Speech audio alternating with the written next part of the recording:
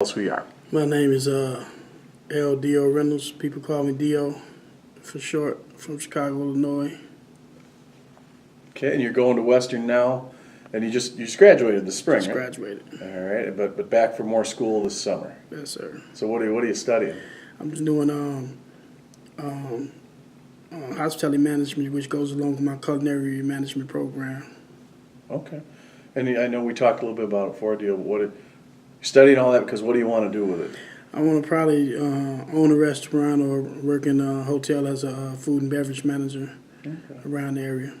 So you're a student here at Western, and you're I won't ask you how old you are, but you're not 18. I can tell that. 46. Okay, 46. All right, I'm 48, so we're the same vintage. And yeah. So you came up from Chicago. How long ago did you come up?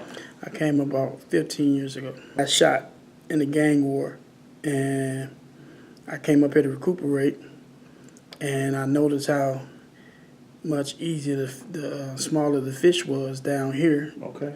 meaning the area, but it was way more profitable for the trade I was in. At that time I was in drug trade, Okay. and I can triple my money here without having to get shot at or whatever. Okay. Well, no, thanks for being honest about that. So that's the first thing that brought you to La Crosse is you thought you could make easier money than you were making. Yeah. No. Safer. Safer for you, especially. So had you been shot before? Yes, I've been shot 6 times. Wow. Like it put you in the hospital kind of stuff? Yes. I still got 2 bullets lodged in my back. I got the pellets from the shotgun and still in my arm. Okay. How old were you the first time you got shot? 17. And that goes on for a while. What sends you back to school? Why the change? It was a challenge for my son. My son's a honor roll student at Central High School. Nice. And he's like, Dad, don't you want more out of life and besides just selling drugs and being in the streets? And, you're getting pretty old, up there in age now. What you going to do? So he challenged me. And he's like, I don't think you can do it.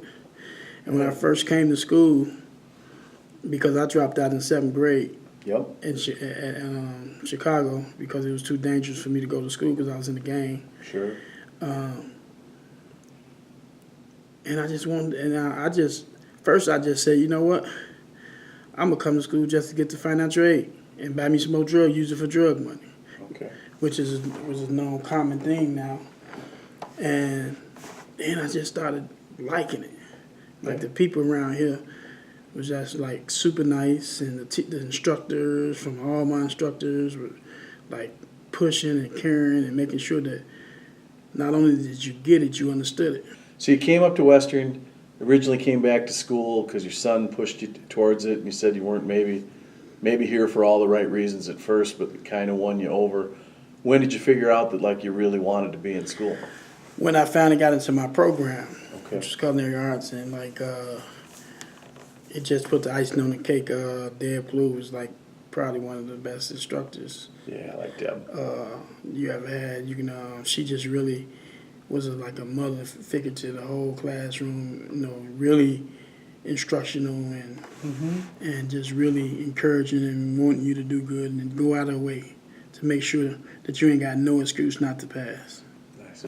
So what classes did you think were the hardest? The classroom, to be honest with you, the classes wasn't hard.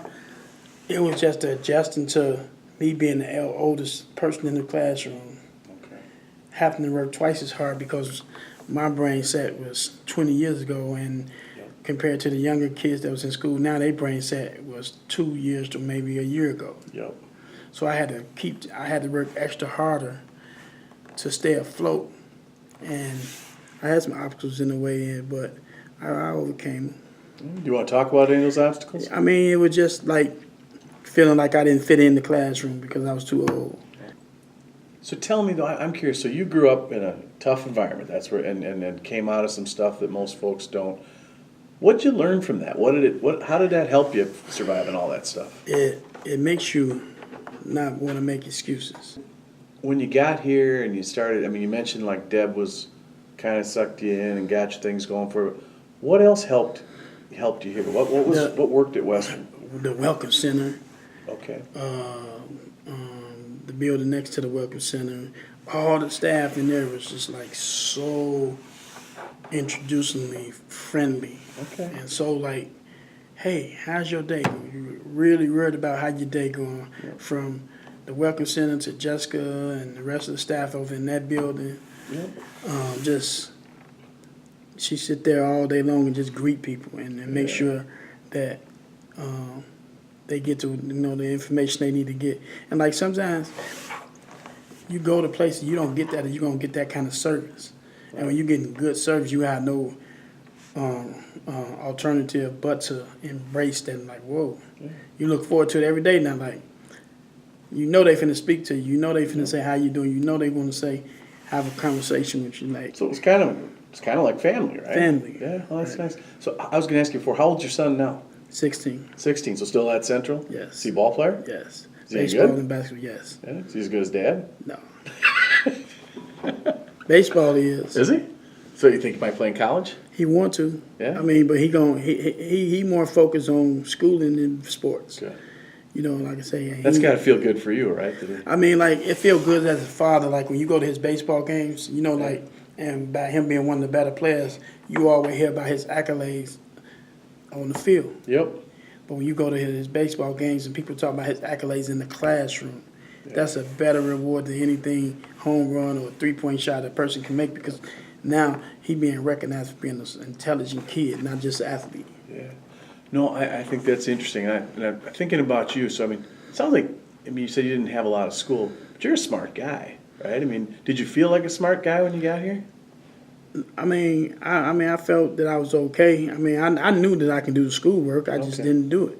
Right. You know, I knew that if I put my mind, set my mind to something that I can achieve it. You know, you think a goal, you achieve a goal, Yeah. and believe in that goal. And my goal was to prove to my son that, hey, Dad can graduate. Yeah. You know, and it went from wanting to prove to my son, wanting to prove to myself, being the first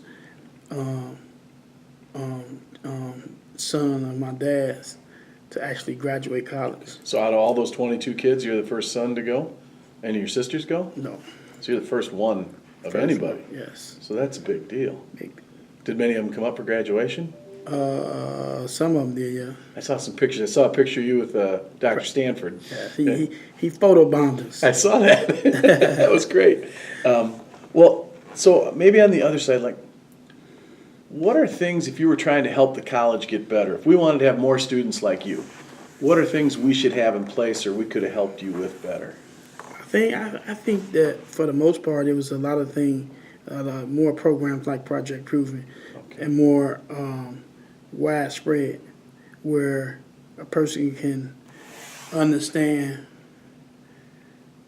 just because you're a minority, you don't have to make an excuse why you don't want to do so. Because the first thing as a minority, not just as a black person or a white person, but as a minority, Yep.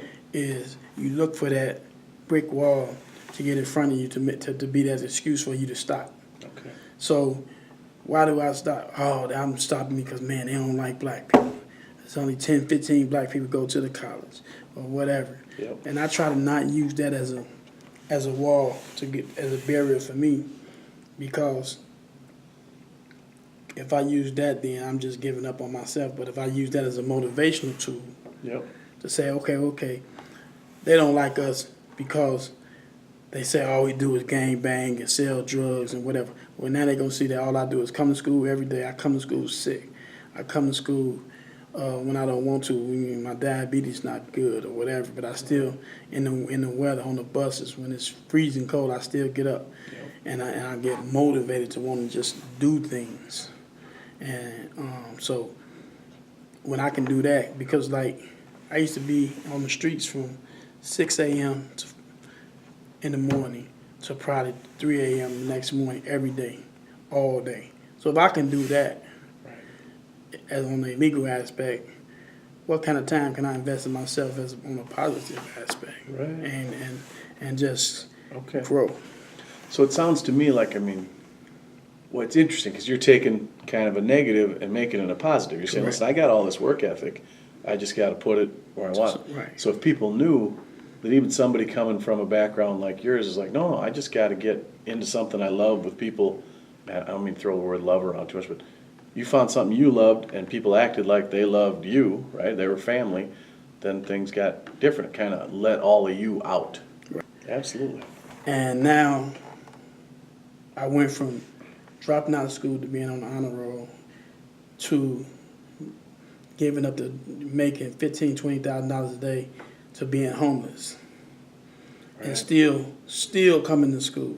Still because of programs like Project Proven. Anything else you'd want, like if you had a chance, let's say you're speaking to the college or speaking to the world, that you would add to? Just to look at people that's from different backgrounds and that come from different walks of earth, Yeah. and study them.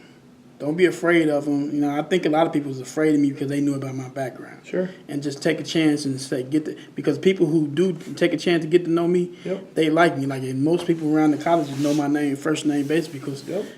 I'm a nice guy and I try to help people.